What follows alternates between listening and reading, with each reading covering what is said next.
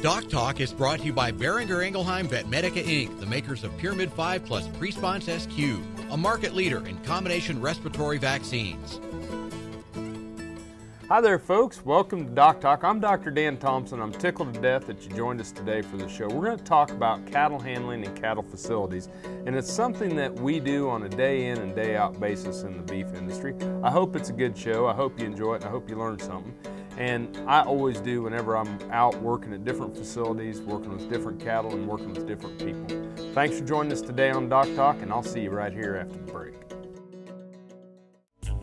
Say this is a calf that's been run through the chute a few too many times.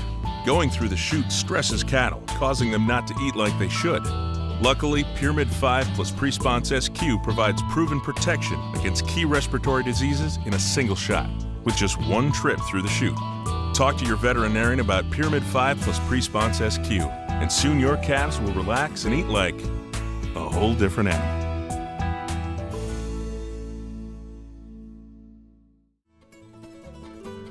Closed caption brought to you by AgriLabs, the perfect pairing of performance and value.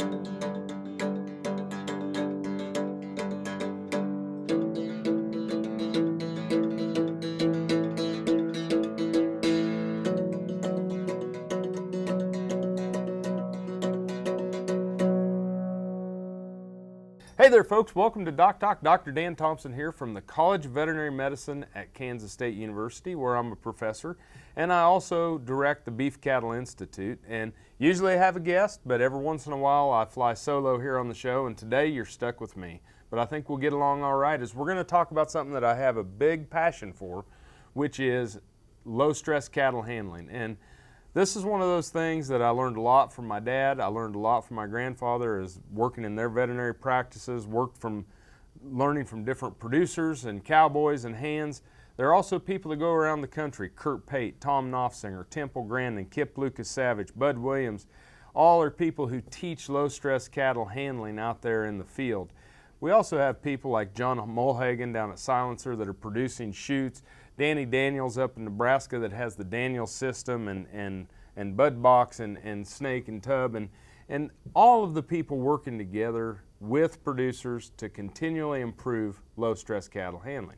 Now, animal rights groups use animal abuse incidents to drive animal welfare legislation, and a lot of times we try to mix these terms around and confuse people, but animal welfare is so different from animal rights. Animal rights is the belief that animals have the same rights as humans, and I just simply don't believe that.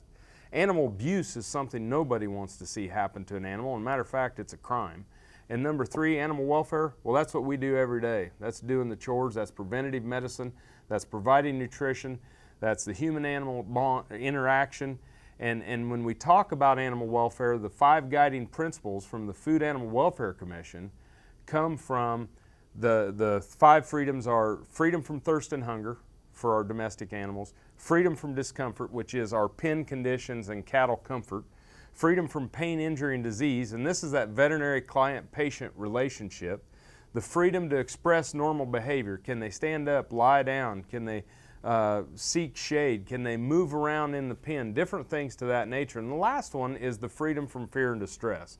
And the freedom from fear and distress is really that human-animal interaction. And so how do we interact with the animals, and specifically how do we move them around? Now, there are some new audits and assessments that have come out. The big ones that we're going to utilize that are kind of the gold standard of the industry are called the assessment tools from the Beef Quality Assurance Program, and you can find those on the website at www.bqa.org. And there's a cow-calf assessment, BQA assessment, there's a stocker BQA assessment tool, and there's a feedlot BQA assessment tool. All the assessment tools incorporate things such as, do you have best management practices for antibiotic residue avoidance, injection site castration, dehorning, many of the painful procedures, are you being trained appropriately? They also ask things such as, are you a plan for emergency action if we have too big a snowfall or rainfall or heat stress? All these things that improve animal welfare. But the one thing they also include is a live animal handling section. And as we're going to go away to break, and as we come back, we'll start to delve into the Beef Quality Assurance Assessment Tool and talk a little bit about the aspects that they have for beef cattle handling and some of the things that they're looking at that you can objectively score your beef cattle handling at your operation. I'm Dr. Dan Thomson. We're going to take a break and more Doc Talk after this. This Meet the Veterinarian is brought to you by Merck Animal Health, the science of healthier animals. Dr. Laird Lawrence is the founder and owner of Hill Country Veterinary Clinic, a mixed practice located in Fredericksburg, Texas. Dr. Lawrence is a graduate of Texas A&M University and has served as Technical Services Manager of U.S. Cattle and Small Ruminants for Merck Animal Health since January 2013.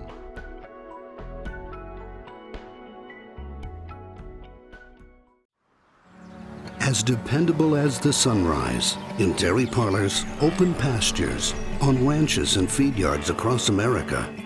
A place where reputation is more than a name, where the science of healthier animals is a way of life. It's the responsibility that drives who we are and what we do. Every decision, every day. It's your livelihood and our responsibility. The Kansas State University College of Veterinary Medicine is a leader in food animal research and education. Our researchers are constantly expanding the knowledge of animal health and food safety. Through the Veterinary Health Center and the Kansas State Veterinary Diagnostic Lab, we provide practical services for animal producers. Home of the Beef Cattle Institute, the college is committed to animal welfare training and research.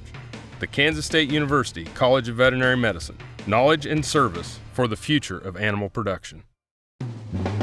Hi, I'm Kevin Ochsner, host of NCBA's Cattleman to Cattleman and Colorado Rancher. Join me each week as the National Cattlemen's Beef Association brings you the latest updates in industry information and market news. Plus, each week we provide important educational information and features on cattlemen from across the country just like you. And we can't forget our favorite cowboy poet, Baxter Black. Join me for NCBA's Cattleman to Cattleman, debuting Tuesday nights at 8:30 Eastern, right here on RFD TV. Beef producers asked for it, and Norbrook delivers. Introducing new Enroflox 100, the newest addition to your arsenal for treating bovine respiratory disease. Enroflox 100 is an FDA-approved, ready-to-use injectable antimicrobial solution to treat BRD associated with Mannheimia hemolytica, Pasteurella multocida, and Histophilus somni in beef and non-lactating dairy cattle. Administered SQ as a multiple-day therapy. Consult with your veterinarian today about Enroflox 100, the new choice. This segment is brought to you by Norbrook Laboratories, manufacturers of Enroflox 100, the newest addition to your arsenal for treating bovine and swine respiratory disease. Hey folks, welcome back to Doc Talk. Dr. Dan Thomson here from Kansas State University. I got the K-State purple on, and very thankful for the opportunities that Kansas State University has given me and the opportunity that Farming Unlimited and DocTalk have given me to be able to spend time with y'all on these very important issues. At least they're important to me, and I hope that they are to you as well. But we're pretty lucky to be in the business of the beef business. And when we start to look at this BQA feedlot assessment, and whether it's feedlot stock or a cow-calf, we're going to use the same type of objective measures to measure your cattle handling proficiency with any of the three. And it's how do you use driving aids like hot shots, and how often do you use them? Are cattle falling down upon release? Do cattle stumble or trip? Do the cattle vocalize prior to a procedure being done? So are they miscaught in the chute? And if they are miscaught in the chute, you have to readjust. And the big miscaught is if you catch them by the temples, we're going to release, let their head come through, and catch them appropriately. If you don't release them and re-catch them, that's an automatic fail of the assessment. And the last one is, are the cattle running or jumping, exiting the chute? And everybody always asks, oh man, you mean cattle can't run exiting the chute? No, what I'm saying is they can lope out of the chute, but we don't want to see over 25% of them with the tails up, sprinting out of the chute. Somebody did something bad to me back here, so I'm trying to get away from it out here type of a deal. So the NCBA, the Beef Quality Assurance Assessment Tool, has what we call acceptable levels or tolerance levels for these types of activities. And I'll just go through these as no more than 10% of the cattle can be touched with an electric prod or a hot shot, okay? No more than 2% of the animals can fall exiting the chute. And when I see cattle fall exiting the chute, generally they're coming out of the chute onto a slick surface, and we're asking them to make a quick right turn or left turn. And when they turn, after 2 or 3 of them start to get a little bit of a sheen on the ground, we'll get those cattle, their feet to come out from underneath them, and they'll fall. So straight out exit is always good. And if it's not going to be a straight out exit, having sand, gravel, or some sort of base or rubber matting that allows those cattle to get a grip and move. No more than 25% can run, again that's tails up, sprinting out of the chute, and no more than 4% of the cattle can vocalize. Now this is before we castrate or dehorn or ear tag, and most of the time when we have cattle vocalize in the chute, they've been miscaught. And what I mean by miscaught is that they're crooked in the chute. And if you'll just let off the sides, let them adjust and stand up, they'll quit vocalizing and they'll be fine. As we move through the facilities, and one of the things that people need to understand, that moving cattle to the chute is about as important as will elicit the reaction of the cattle exiting the chute. But as cattle exit the chute, we can tell a lot about how they were handled prior to the chute. And what we're going to do in the next segment is we're going to go through a series of pictures looking at cattle and different things that you can do to help cattle flow through a facility to the squeeze chute, which will decrease your scores on the farm when you do this BQA assessment as they're exiting the chute. You're watching Doc Talk. We're tickled to death that you joined us. We're going to be back after the break. Thank you. This segment was brought to you by Brute Cattle Equipment, makers of the Brute Stealth Hydraulic Chute. If the chute fits, swear by it. Visit our website for more information. This tip brought to you by Batril 100 Enrofloxacin Injectable. The only enrofloxacin labeled for single-dose administration in cattle is also the only enrofloxacin labeled for control of BRD in high-risk cattle. Batril 100, right the first time, whether it's controlling BRD in high-risk cattle or treating BRD. Hello, I'm Dr. Nels Lindberg with Animal Medical Center and Production Animal Consultation. Quick tip for the day is, how often are you cleaning your water tanks? I'm a stickler for water tank cleanliness. Water drives consumption in cattle. Water also drives health. With inadequate consumption of water, we have decreased consumption, and we're darn sure going to have decreased health.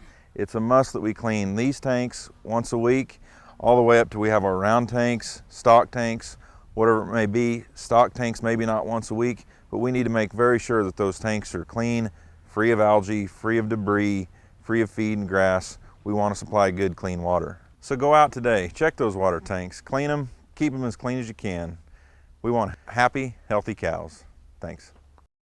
With BRD, every second counts. And when you get new high-risk cattle, you've got a choice to make. You can either take your chances and wait and see what happens, or you can take charge of BRD. Right from the start, treat bacteria up front with Batril 100 Enrofloxacin Injectable, now approved by the FDA for BRD metaphylaxis in high-risk cattle. Ask your veterinarian about Batril 100 and make it your go-to drug to control BRD in high-risk cattle or for treatment of BRD. Batril 100, right the first time. This hog is head over hoof for meal made from U.S. soybeans. Now, one hog isn't that impressive, but suppose we add another, and another, and another. Before long, you've got billions of hungry customers around the world all clamoring for the same thing. Our soybeans. Learn more about the billion-dollar appetite of animal agriculture at BeyondTheElevator.com. Brought to you by America's soybean farmers and their checkoff.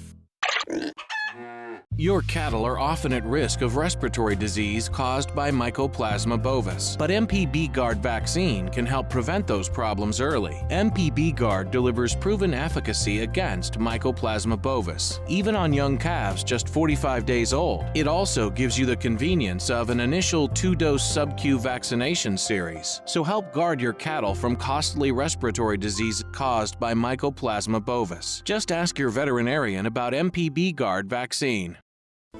Valley Vet Supply is devoted to providing information and professional quality products at reasonable prices. Valley Vet Supply. True Test Group, weighing systems, electronic identification (EID), electric fencing, and dairy automation systems help farmers and ranchers around the world manage the performance of their livestock for ultimate profitability. Hey folks, welcome back to DocTalk. We're talking about the Beef Quality Assurance Assessment Tool, and we've talked about some of the parameters that we're going to measure when we judge low-stress cattle handling. Now I want to talk about a few things that can help you flow cattle through the chute a little bit better. One of the behaviors that cattle elicit or exhibit is they prefer to move from areas of dark to light, not light to dark. And so one of the trouble areas of moving cattle into a facility is when we go from the outside to the inside of a building. And things that you can do to transfer and prevent shade or areas on the ground to not spook cattle or balk them to have them come back on top of you are always good to do. Now, cattle aren't afraid of shade, but when they're worried about you or somebody else moving them around and they catch shade or a change in light outside, it can cause cattle to balk, and it's something that you need to pay attention to, as we can see in this picture. The inside of a working facility, as explained to me by Dr. Temple Grandin, should be lit similar to what the outside looks like on a cloudy day. So, as we can take a look at this picture here in this slide, we do some things such as putting these vinyl panels and different types of see-through panels into the ceilings and into the walls, and we try to bring in some natural light into these working facilities or into clinics. Just makes it a more enjoyable place to work. It makes it an easier transition from outside to inside for cattle, and it doesn't hurt too bad as a person to either to be in there with a little bit more of natural light and natural environment. One thing that makes cattle very anxious is not having very good footing. And you will increase the stress rate and decrease the ability of cattle to move effectively in a system if we don't have proper footing. Whether it's a tub or whether it's an alleyway, when cattle are on ice or on slick surfaces, they really have heightened awareness and they are more difficult to move and they're more anxious.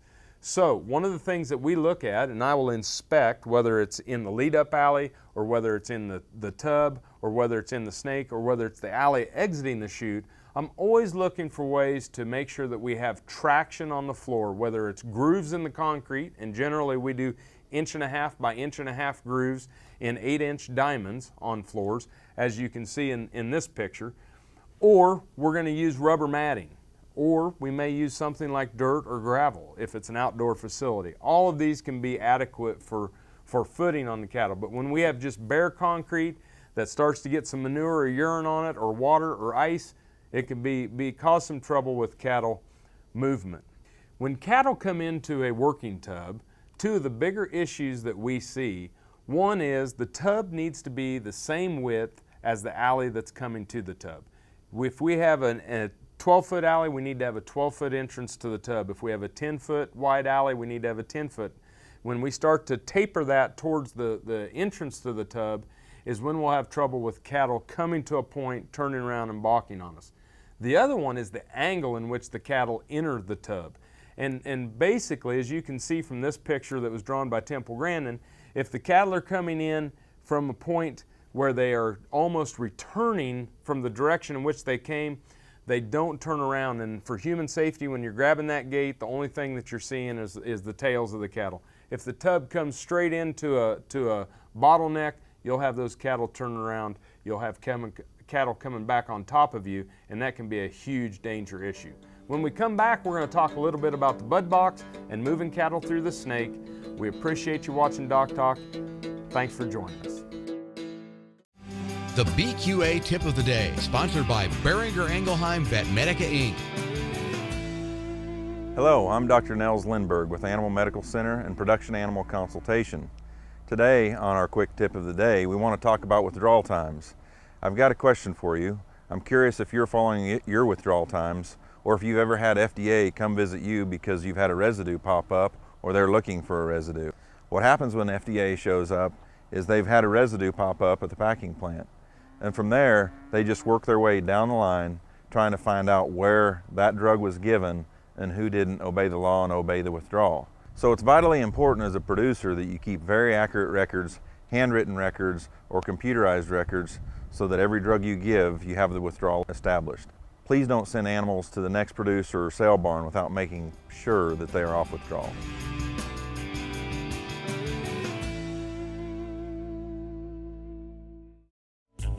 Say this is a calf that's been run through the chute a few too many times. Going through the chute stresses cattle, causing them not to eat like they should. Luckily, Pyramid 5 plus Presponse SQ provides proven protection against key respiratory diseases in a single shot, with just one trip through the chute. Talk to your veterinarian about Pyramid 5 plus Presponse SQ, and soon your calves will relax and eat like a whole different animal.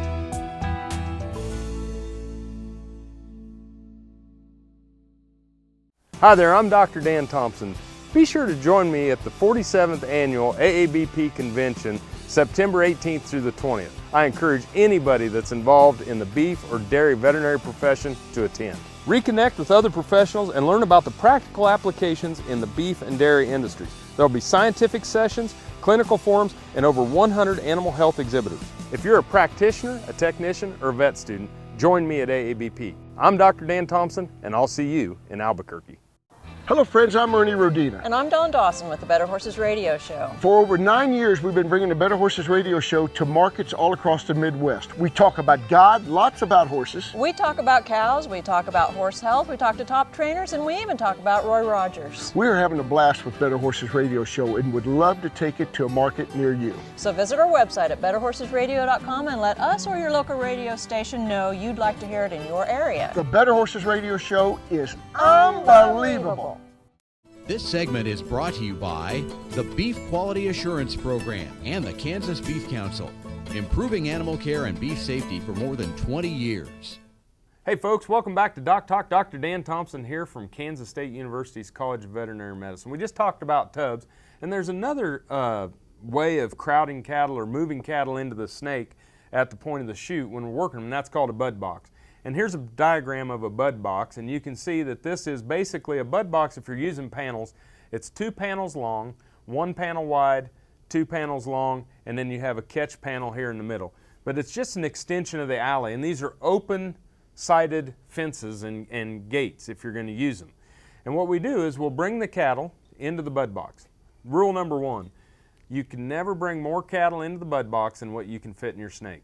And this has been taught to me by Dr. Tom Knopfsinger, so I can't really take credit from this, but I'm going to pass it on to y'all from him. So as the cattle come into the bud box, we're going to catch this gate and shut it right here at the point of the snake, okay? And we catch this gate, and then we're going to park ourselves or our horse right here where this blue dot is. From that point forward, we're going to move towards the cattle, and the cattle will come out of this end, and they will come around the person or the horse, and they will go right into the snake. And I have an example here of utilizing this bud box, and you can see that they're bringing the cattle here into the bud box. This over here is the Daniels alley that goes straight away from this bud box. They shut the gate that comes even with the snake that they're wanting to bring. They move towards the cattle, and as they step towards the cattle go right around them, and they go right down the alley. So tub or bud box, both of them are very effective and can be utilized. There's debate on which one you want to use, but I can tell you that both are adequate facilities and things that you can utilize to move cattle through. Okay, when we get to the point in time of the snake, one thing that we have to understand is the path in which we are going to move those cattle. And the way that you move cattle forward within the snake is shown here and depicted. You want to move against the flow of the cattle, and as you pass the point of the eye or the point of the shoulder, either one, as you move past the eye and the shoulder, these cattle are going to move forward. And if you want to slow the cattle down, you move with them. If you want to speed the cattle up, you move against the flow of the cattle in the direction that you want to go. Some of the things that we've utilized also to move cattle, some of these hydraulic chutes set off the ground. We've used expanded metal to build a ramp up into the chute. And things that we can do to improve traction, improve mobility of going up into the chute. When the cattle exit the chute, this is a good example of some rubber matting that you can place on the exit portion of the chute. These are found in many of your beef magazines, and you can look in ads and find people that are making these woven tire mats, and they're extremely good. Just because we use hot shots doesn't mean that we can use sorting sticks to crack cattle on the backs. And this is an example of cattle that have linear bruising from our using sorting sticks. So good animal handling is important. So we're going to do more on cattle handling as we move forward with DocTalk in the series. And I'll bring in some guests and show more facility pictures than that. Remember to always work with a veterinarian. If you want to know what we do here at DocTalk, you can find us on the web at www.doctalktv.com. I'm Dr. Dan Thomson. Thanks for joining me today on DocTalk.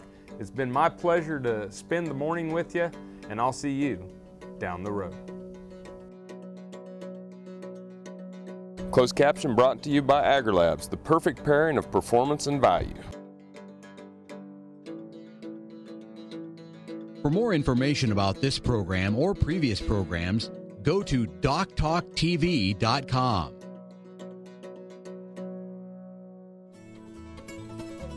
DocTalk was brought to you by Boehringer Ingelheim Vetmedica Inc., the makers of Pyramid 5 plus Presponse SQ, a market leader in combination respiratory vaccines.